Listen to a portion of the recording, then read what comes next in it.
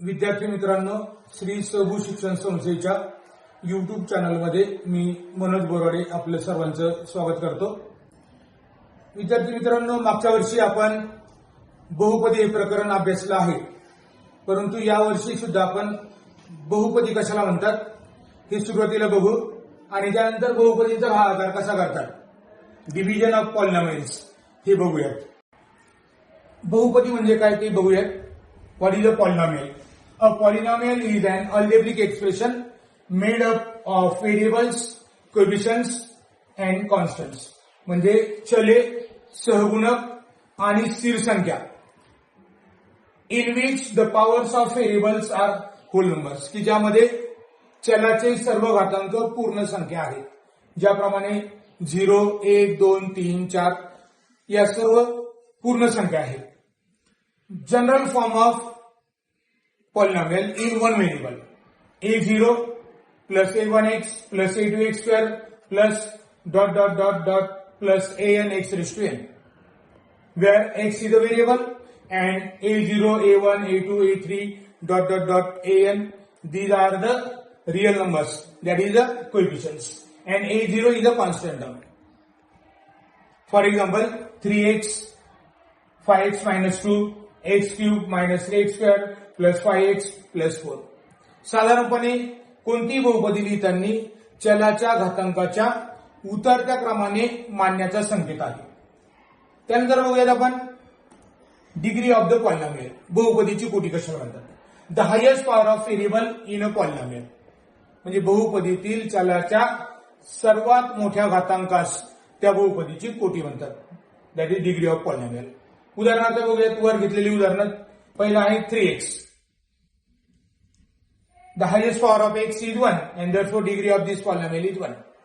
Second is x cube minus 3x square plus 5x plus 4. Four terms are there. The highest power of x is 3 and therefore degree of this polynomial is 3. यानंतर बघूयात आपण types of polynomial,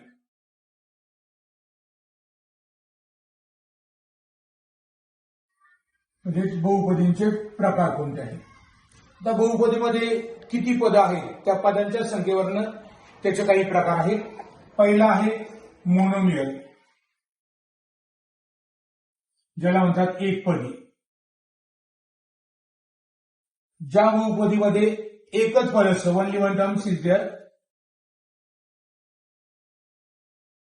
तिला म्हणायचे monomial. For example, आपण यापूर्वी पाहिलेले 3x or any constant number, so minus 10. Second type is binomial, ज्याला आपण द्विपदी म्हणतो। Meaning of the word binomial means two, means two terms are there.